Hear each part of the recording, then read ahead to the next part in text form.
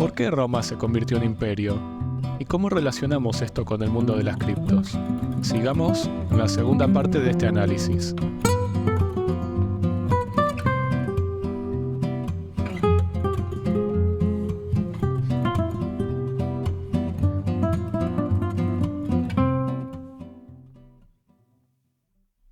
Antes de arrancar, hagamos un breve repaso.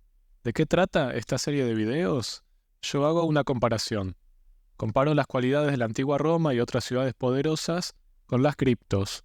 Y me pregunto, ¿cuáles criptos tienen cualidades similares a Roma y cuáles a las ciudades que no llegaron a ser como el Imperio Romano? Parte 2. El defecto de Esparta. En el video de filosofía de película que tomo como punto de partida, Oscar explica: Esparta desarrolló una técnica de combate estupenda y nunca la cambió, hasta que cada vez fue menos estupenda. Un ejército demasiado enamorado de sus tradiciones y de su propia leyenda que se negaba a hacer cambios, no se adaptaba. Los romanos, en cambio, cambiaban constantemente la organización del ejército, cambiaban el armamento, cambiaban las armaduras, etc. Entonces, la gente se pregunta, ¿qué cualidad tuvo Roma que Esparta no tuvo? La respuesta es pragmatismo. Roma era pragmática, mientras que Esparta no tanto. Esparta mantuvo su técnica de combate por mucho tiempo y además, agrego, formaba su ejército principal con guerreros de élite, lo cual no era muy pragmático que digamos.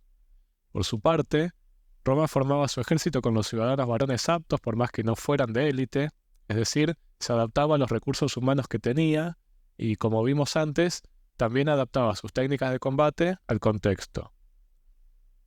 Y ahora, la gente quiere saber, ¿qué criptos tienen problemas similares al de Esparta?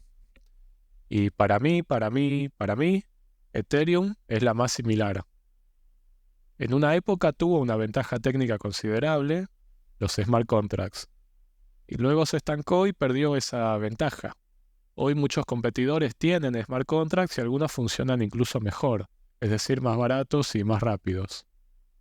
Después tenemos el caso de Cardano, ADA, que tal vez podría relacionarse en el sentido de que tarda mucho en realizar cambios. Lo pongo como una interrogación. Y también Bitcoin, BTC, podría decirse que, al igual que Esparta, se ha enamorado de su propia leyenda y ya no es pragmático. En conclusión, ¿qué nos enseña el caso de Esparta? Nos enseña que no hay que dormirse en los laureles. El mundo cambia constantemente y hay que adaptarse. ¿Y cómo será la cripto que se convertirá en el próximo Imperio Romano? Va a ser pragmática. Va a ser la que logre adaptarse a las nuevas tecnologías, a las nuevas preferencias de los usuarios, los nuevos obstáculos que surjan, sin renunciar a lo fundamental que hace que sea una criptomoneda.